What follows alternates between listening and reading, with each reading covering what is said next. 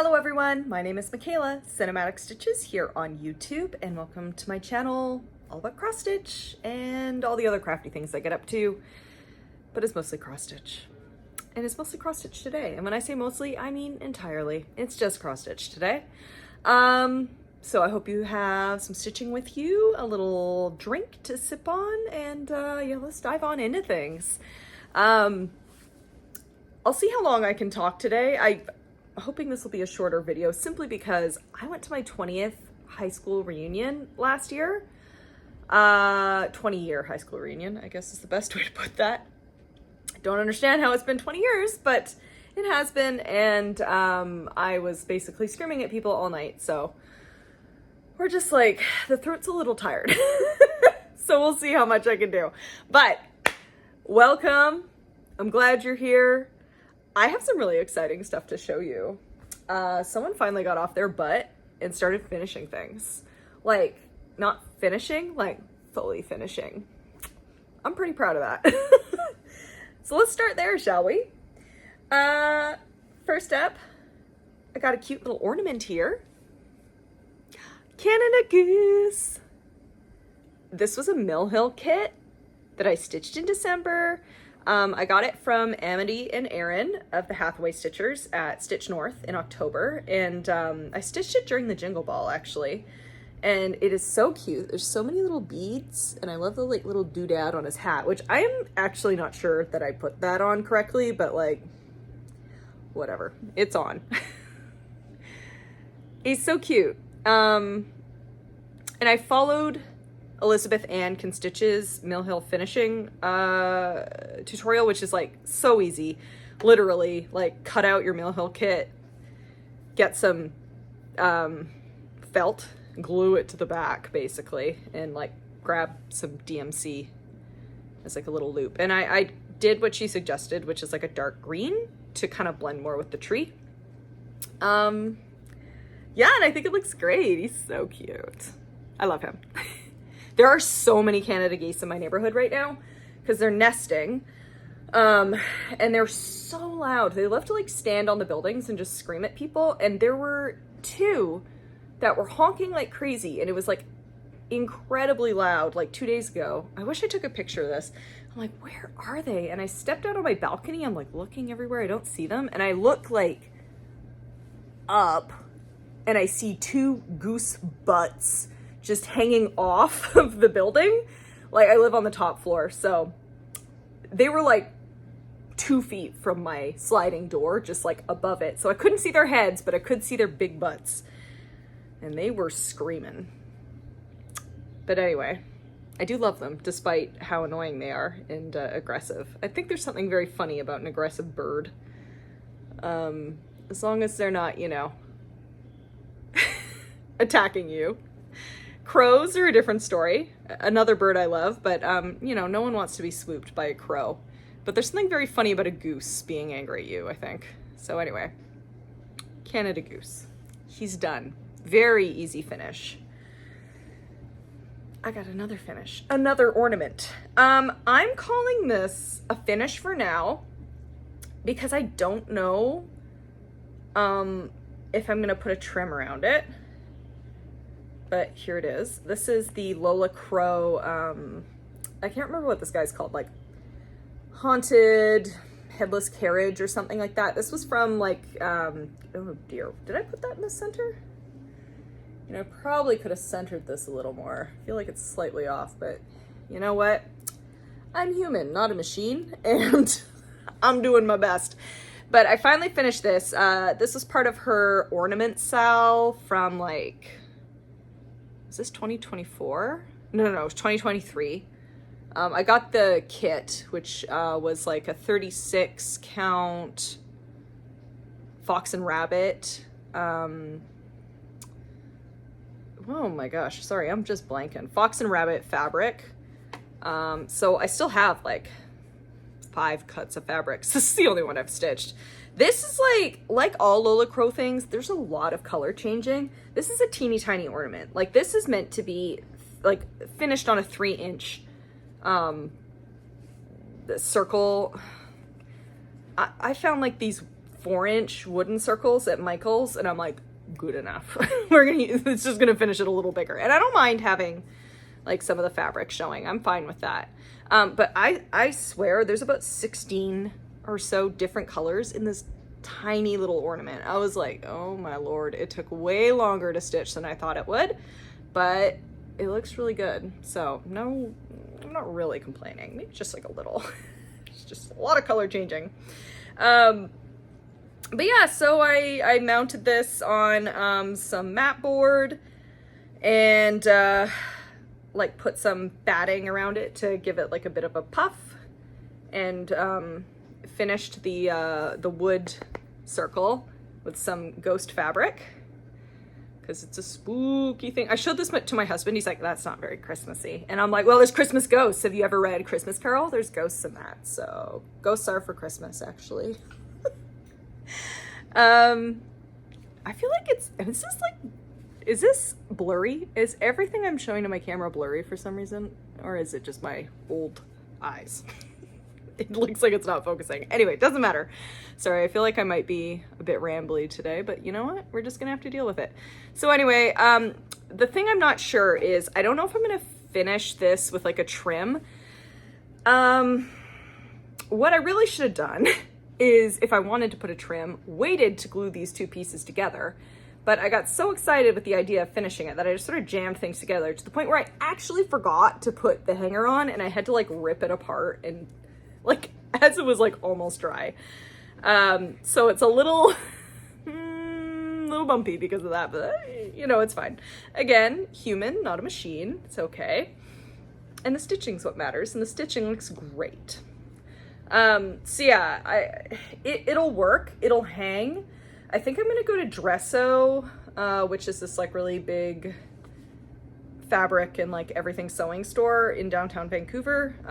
Probably gonna go there like next weekend or something and just see if they have any like cool trims.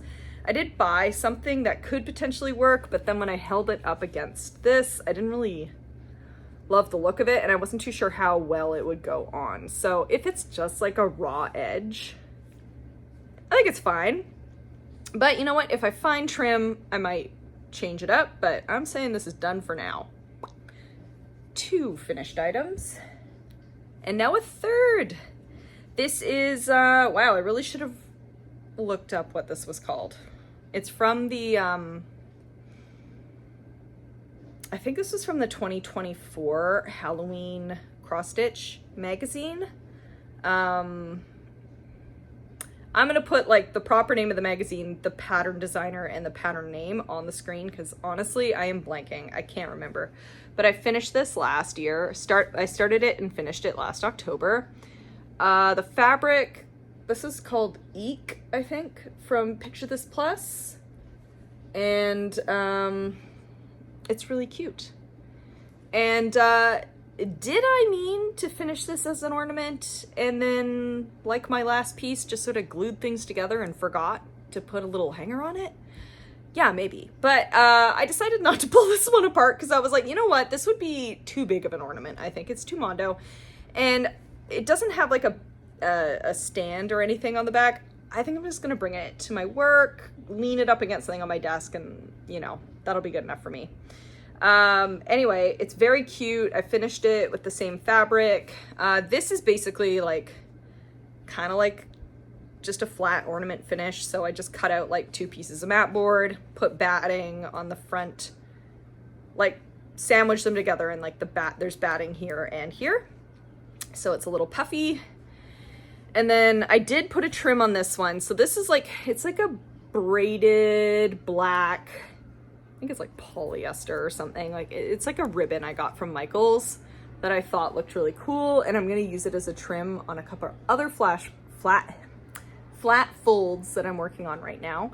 But I just felt like this would look kind of strange on the ornament I have right now. I think it might make it look a bit sloppy because I can't guarantee I'm gonna be able to like press it down enough. But it worked well on this square piece. Hello? There's quite the commotion going on outside. I don't know what's going on. Anyway, that's fine. But yeah, So there we go, a third finish, and I'm like so excited to finally be going through my box of finishes and fully finishing stuff, because that is basically what my whole WhipGo board is this year, outside of like a couple calls that I've assigned to like Halloween and Hawk Run Hollow and No Time Like the Present. Pretty much the entire board is finishes, and I haven't done a single one this year. And I do think a large part of that is because so I had my trip to Japan last month, and planning that trip just took up so much mental space for me, and I've just been finding kind of just the state of the world just a stressful thing, and just the idea of like planning a trip and trying not to like get too bogged down in just everything and then trying to finish stuff, it was a little too much for me, so I couldn't do it. But now I'm doing it.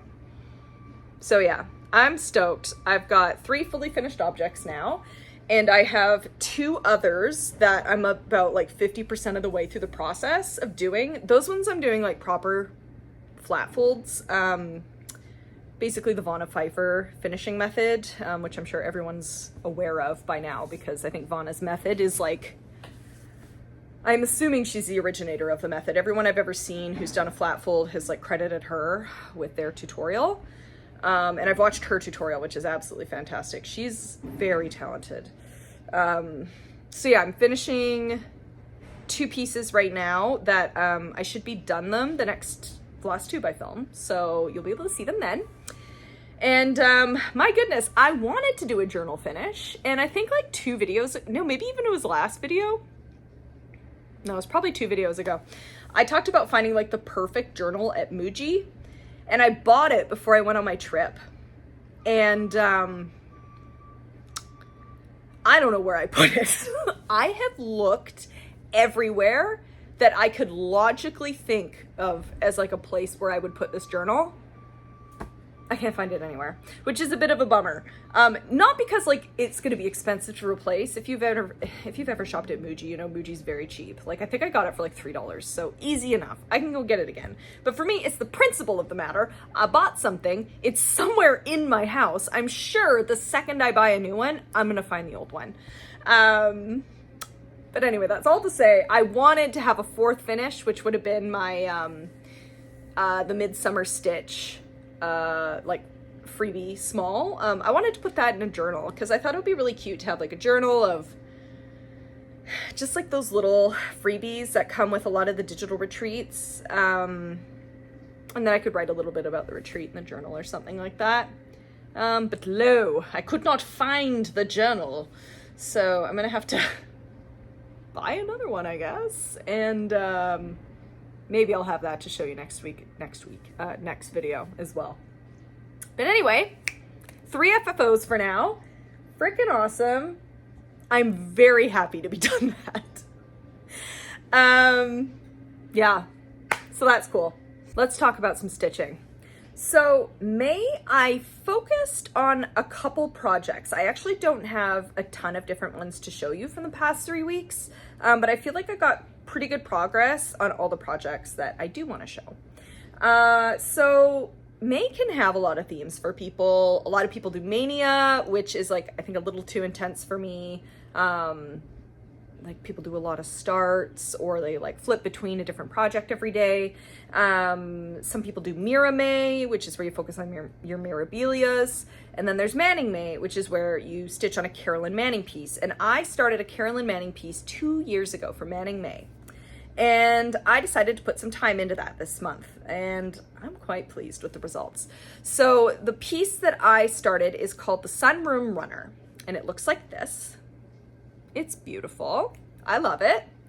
The last time we saw this would have been sometime last year. So here is a picture from my year-end whip parade. And here is where I am with the piece now. Super pretty, like, oh my goodness. I am absolutely loving how this is turning out. It's so nice. Like, seriously, wow. So, yeah, I finished off like all the kind of little motifs here in the center to sort of match the top. And then I started on working on this border that is gonna like frame this whole piece. And I think it looks great. I've decided I'm not gonna do any of the fill-in. Like I've filled in the center piece, but like there is supposed to be stitching in the background of this whole area and like the individual triangles, and then there's like a final border that goes around here. I'm not gonna do that. No, thank you. It's too much stitching. And I think it's gonna look fine on this piece, like without the border.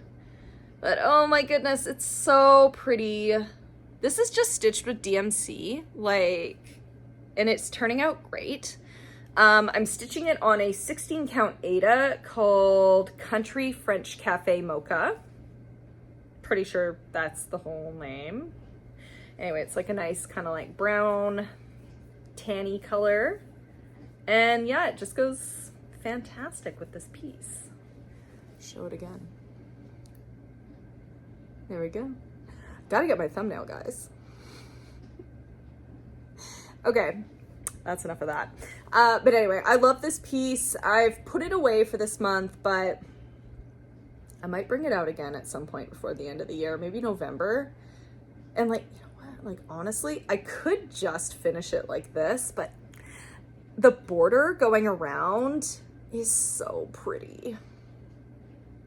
I think I want to stitch like all of it, even though it would be very satisfying just to like kind of get this off my whip list in the sense of like ticking a box. I mean, like, it's now complete. So I'll maybe think on that, but it's really just very pretty. And I've enjoyed working on it, honestly. Yeah. Anyway, there it is, the Sunroom runner. Okay, next up is Stitch for Pride. So I had expected to finish this by now, but I didn't. This is April's release. Last time you saw it, it looked like this. I don't even think I took like a proper picture of it. I think I'm just gonna grab a screen cap from my last video. Because I was like, surely I'll be done that by this time in May. No. I've been doing a lot of other things on my lunch. Been going to the gym, been playing games, not stitching. So anyway, here I am now. And next video I should be done. I really should be done next video. It would be kind of ridiculous if I didn't. But yeah, there it is so far. I'm putting everything on like the same piece of Aida that I can fit. Like basically I'm gonna use up all this Aida until it's done. My idea is to like cut these out and put them in a journal. And I will apparently have to purchase again. But anyway, yeah. So that's April so far. I don't know what this Aida is. It's like a 14 count, I'm pretty sure. Maybe it's 16. This is 16. Hard to say. Anyway, I got it from a random like scrap box that I bought from the Witchy Stitcher. So it's just like a dye test, I think. And I'm stitching this with Roxy Floss Co. Fireside, which is this thread here that I got from one of the Christmas boxes, the advent calendars, which I got another one, like obviously not now, but it's going to be coming for this year, even though I have yet to finish last year's. But my goal is to finish that before the other one comes, because my goodness, I can't have two ongoing. Anyway, there's Fireside. It's really pretty. It has like a very nice subtle variegation going through it. So it's been lovely. Oh, sorry. Stitch for Pride is a stitch along by D's 20 Stitches. I feel like I'm probably missing some like critical information here, but you know what? I'm doing my best. I'm doing my best right now. So anyway, D's 20 Stitches, they do the Stitch for Pride. They're releasing a new pattern every month.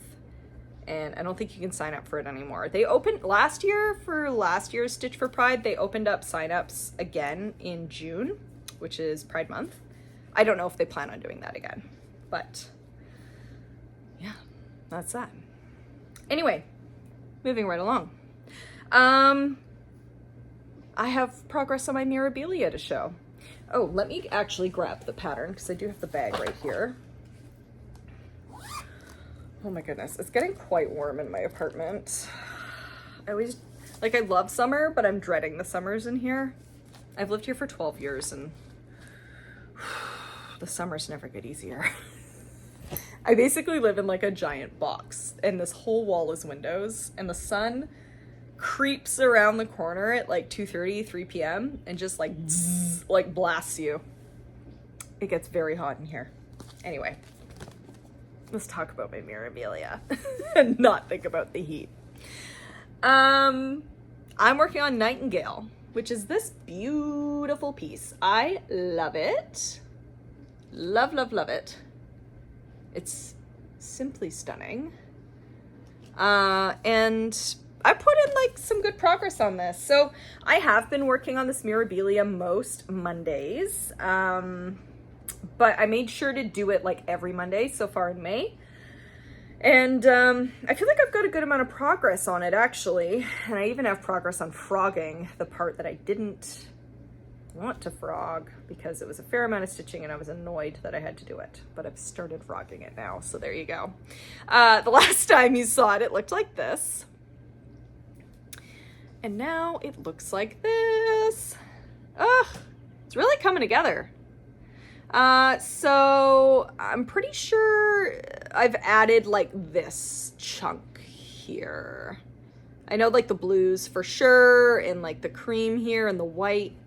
And this has been partially frogged. You can kind of see where the stitches were. I don't know how I messed that up, but like, man, oh man, did I mess it up.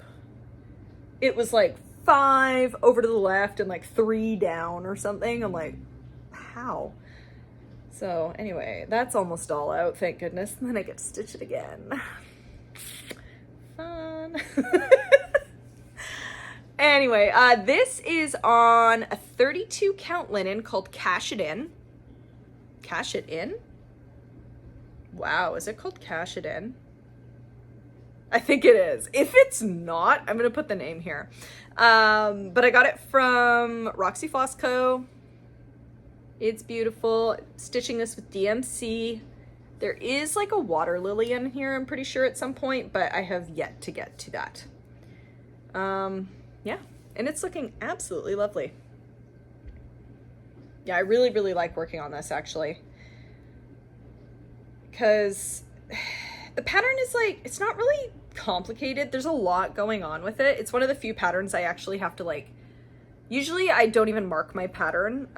Like unless it's a PDF, I'll mark a PDF. But if it's a physical pattern, I don't usually mark the pattern or anything like that. I just sort of eyeball it and go. The Mirabilia I really need to print out because there's like symbols absolutely everywhere. So I need to mark it off, like highlight it as I go. But even though it can be a bit confusing to look at, there are still segments of block stitching in here, which, you know, kind of make it a bit of a comforting stitch. So anyways, that is my Nightingale. She's looking beautiful. Can't wait to work more on the dress, especially the back half. With these like dark blues. It's gonna be very pretty. Okay, the penultimate piece for today has been a daily stitch since last time I filmed. That's my daily beach rat from the Artsy Housewife, and I'm working on this daily because I need to get this finished in like less than a month. For StitchCon. I'm not going to StitchCon anymore, but I am going to be finishing this in order just to finish with everybody as part of our Beach Rat sale. So yeah, it's Beach Rat by the Artsy Housewife. It's a very cute pattern. It's a little more dense than I thought when I picked it up, but that's okay. I think I've been making really good progress. I've been trying to stitch a minimum of 130 stitches a day, which if I keep that up daily, which I have been, I'll be finished by the Thursday. So like the first day of StitchCon, which I'm trying to finish by then because that weekend I'm going to be out of town. So, I need to finish it. by then. So last time you saw it, Beach Rat looked like this. And now Beach Rat looks like this. Oh yeah, look at that. It says beach. It says beach. The top of the bird is done now. I think I was missing some of his beak last time. I've pulled the body down. I filled in a lot of the wing. We have way more leaves than we used to. Oh, he's looking good. What a handsome rat. Yeah, absolutely adorable. So yeah, with any luck, this will be finished by the next time you see it. And it's gonna look pretty cool, I think.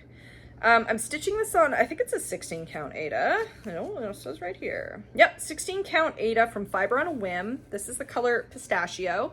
Really nice color with this piece, actually. And I'm stitching this with almost all the called for flosses. So it's mostly DMC. This is meant to be Blackbird by, I can't remember, maybe Classic Colorworks. I don't really buy like overdyed blacks and whites because I don't really see the point. So I'm just stitching that with DMC, but the leaves are all either Gentle Art or Classic Colorworks. I think it's like Forest Glade, Polywog. There's one other one that I can't remember the name of. Endive, I think. And then there's Harvest Moon is a yellow in the leg and the beak and the eye. But yeah, there he is, my beach rat. He's so cute. Love him. So yeah, that'll be done with any luck by the next video. And we can all celebrate a finish. Do I have a needle attached to this? No. What was that feeling? What did I feel? I don't know. Whatever. That could be a mystery for another day. Okay, my final whip for today. So this whip is one of the goals I had this year was to work on one part of a stitch along that I had started like in years prior. I wanted to work on like one part each month. I picked 4 stitch alongs I wanted to make progress on, so they're going to come up 3 times in the year. This is the first time this one's come up. I did not finish the part. I'm going to call it here, but I got pretty close. So the project I'm talking about is Monster House by Satsuma Street. It's going to look like this when it's done. It's going to look awesome. The colors, oof, the colors are so good. Last time you saw it, I had the most pathetic start. I had 3 lines and I had to frog the middle one because it was the wrong color.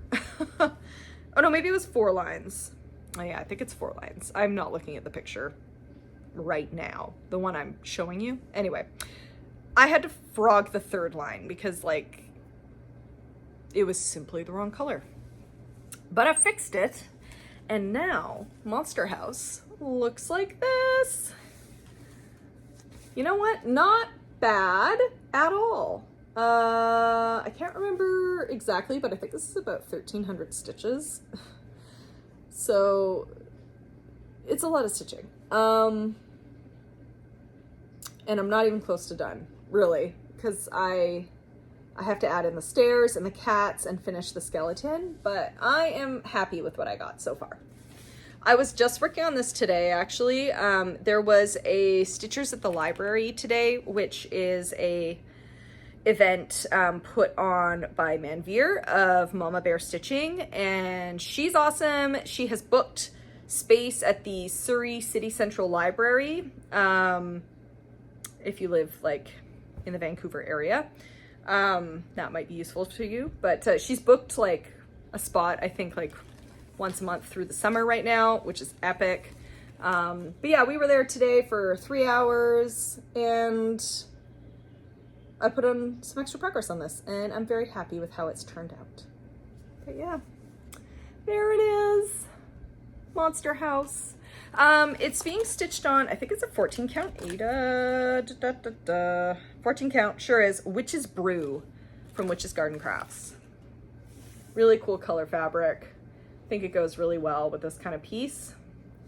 And stitched entirely with DMC. So yeah, that is my stitching. Okay, I'm a big fat liar. That wasn't my final project. I worked on my chatelaine for one day, one measly day. But I forgot about it because I actually don't have it with, like, I have it with me. It's back there. You see that pink thing there?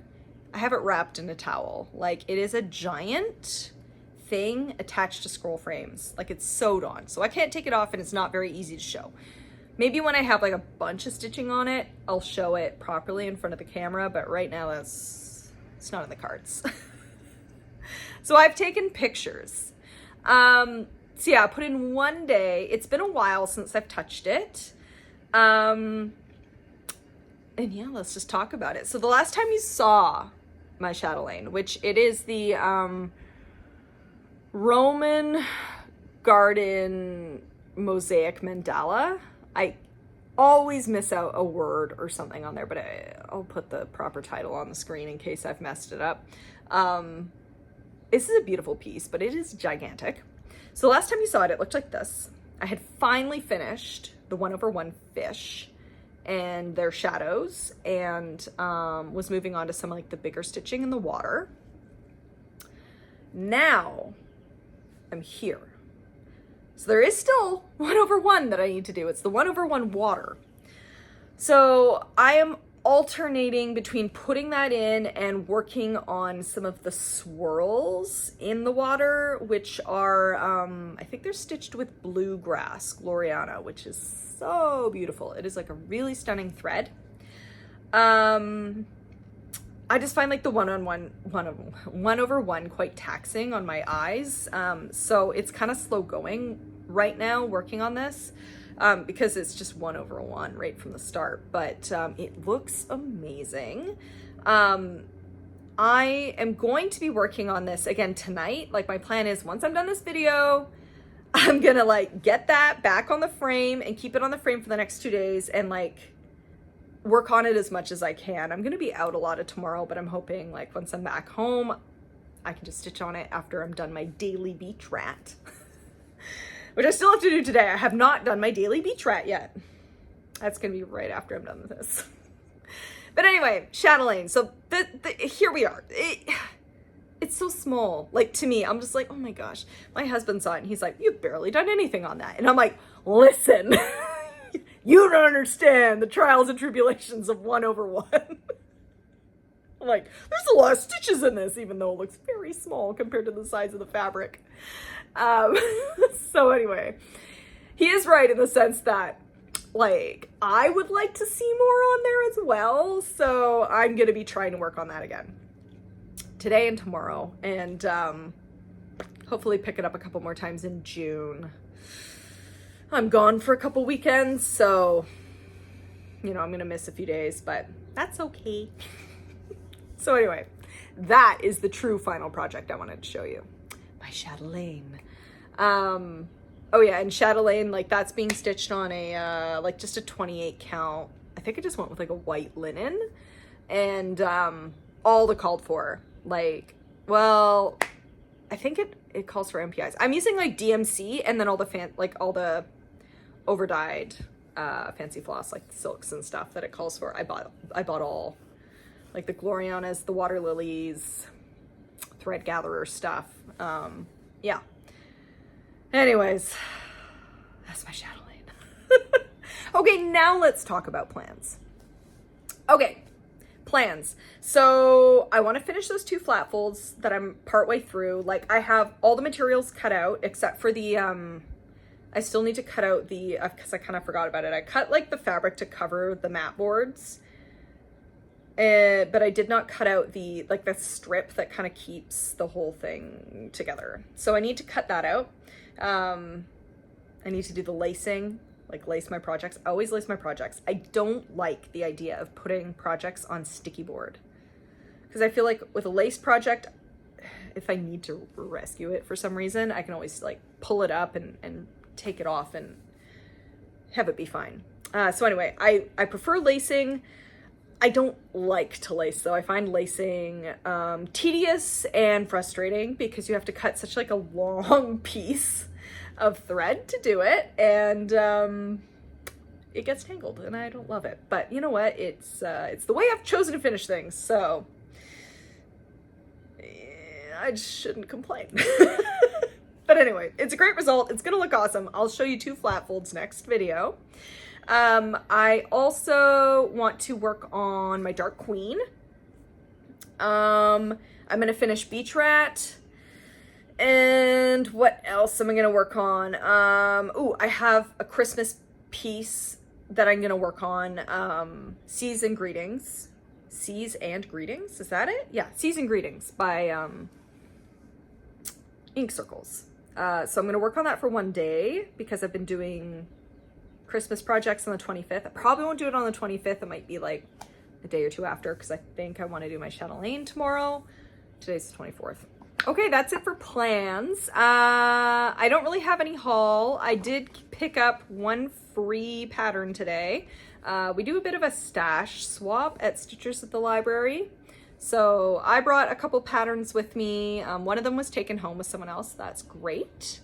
And I picked this one up because I thought it was cute. It's small. I liked the look of the boots. It's called Eek from Amy Brooken Designs. I don't know how to say her name, but anyway, it's cute. That's it. Okay, I think that's it for stitching. I will very briefly talk about what I've been reading, watching, playing. But if you were just here for stitching, feel free to leave. Thank you for joining me. Okay, reading, watching, playing. I finally finished a book. I finished Kurt Vonnegut's Slaughterhouse V last week, I think. This is like a ebook I had purchased years ago, probably. And I always bring my Kindle with me when I go on longer trips. So that was the book I decided to start reading when I was in Japan. And it was really good. I get why it's a classic. It's essentially, it's sort of like a memoir slash war slash science fiction book. Kurt Vonnegut witnessed the firebombing of Dresden, and this is his book about that. So it's pretty intense in some sections for sure. He's kind of like, it's almost like a book within a book. Like he talks about like the opening conceit of the book is he's talking with a friend of his who was at Dresden, and he said, I want to write a book about it, but I don't really know how to write a book about it. And then within that book, he tells the story of a man named Billy Pilgrim who was in Dresden as well. And basically about his life and how he wasn't even really a great soldier, and he got captured by the Germans and taken to Dresden, where they had to like make, what were they even making? Like they worked in a slaughterhouse, but I don't even think they were they were making some sort of like vitamin mixture or something like that. But yeah, he talks about Billy Pilgrim's whole life and how Billy Pilgrim was abducted by aliens and basically given a way to view like the whole world as happening all at once. So like someone's life is happening at all points. Their birth and their death are simultaneous, essentially, is the whole thing. Anyway, everyone thinks Billy's crazy when he starts talking about this stuff. Yeah, this is like a really ramshackle way to put this. I mean, Slaughterhouse V is a classic book, but I didn't know anything about it. I just picked it up and I was like, let's read this. So when it started getting very odd and science fiction-y, I was like, okay, interesting turn. It is really good though. Yeah, so if you want to read kind of a definitely a unique war memoir type book, Slaughterhouse V is very well written. It's very interesting, and yeah, I enjoyed it. This is my like ramshackle book review. I am not a book reviewer. I'm just here to tell you what I like, and I like that. It was very unique and yeah, interesting. Anyway, that's all I've really been reading. I have like a couple nonfiction books on the go, but I haven't really finished any of them. Again, reading and me have not been gelling very well this year, which is totally fine. Okay, what have I been watching? I have been watching a lot of television. I can't even remember what I talked about last video, but I've been watching the second season of The Rehearsal. Oh man, it is so good. Nathan Fielder is one of my favorite comedians. He is a local hero. He's from Vancouver. He went to Point Grey, which is just, well, it's more than down the road. It's like way west Vancouver. But anyway, Rehearsal season 2 has been absolutely insane. I don't even want to talk a single thing about it, but like the concept of The Rehearsal is Nathan Fielder plays himself, and he helps various people get over their anxieties about different things by helping them rehearse for situations by building elaborate sets and hiring actors to like perform parts. So like a person can like go through the motions of trying to get over a confrontation they're afraid to have or a conversation they're afraid to have. But it gets so meta. The first season's fantastic. The second season, somehow even crazier. And I would just suggest watching it. It's definitely not going to be everyone's cup of tea, but my goodness, is it weird and unique and very funny. To me, anyway. I think it's incredible. So I've really been enjoying Rehearsal season 2. And I also started watching the most recent season of Taskmaster. I really like Taskmaster. Like, it is one of the shows that got me through the pandemic. I started watching it in 2020 and was like, this show's a lifesaver. Got me through. I kind of burned out on watching it because I binged a bunch of seasons, but all the seasons are up on the Taskmaster YouTube channel, and the new season has Jason Mantzoukas, who is one of my favorite comedians. He's just ridiculous. I love How Did This Get Made, the podcast. I don't really listen to it very much anymore, but I found Jason Mantzoukas from listening to that, and then just he pops up in a bunch of other things. He's Derek, the weird robot in I don't know, is he a robot? He's something in The Good Place. Anyway, so he's on Taskmaster this season. I don't know any of the other contestants, and really, like, I think this season of Taskmaster is pretty mid. It's definitely not one of the best seasons, but he is making it very interesting. He's the first American who still lives in America to be on Taskmaster. There was, I believe, one other American on the show, but she's lived in the UK for a long time. He, like, I think literally flew in to do this, which is excellent. So anyway, I've been enjoying that as well. Have I watched any movies? Oh my goodness, I watched Friendship. Speaking of just like awkward comedies, Friendship is a movie with Paul Rudd and Tim Robinson, who does the Netflix show I Think You Should Leave, and he did Detroiters, which are two of my favorite TV shows. And Friendship is like one long I Think You Should Leave sketch. It is cringe comedy at its best. Again, definitely not for everybody. It's about an extremely strange man who attempts to make friends with his neighbor, played by Paul Rudd. Tim Robinson is the strange man. Big shocker there.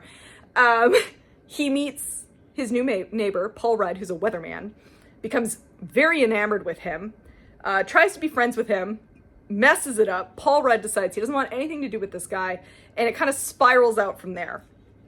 I loved it. It's surreal. Like, it's an absurdist film. Like, there's some absolutely bizarre sequences. And,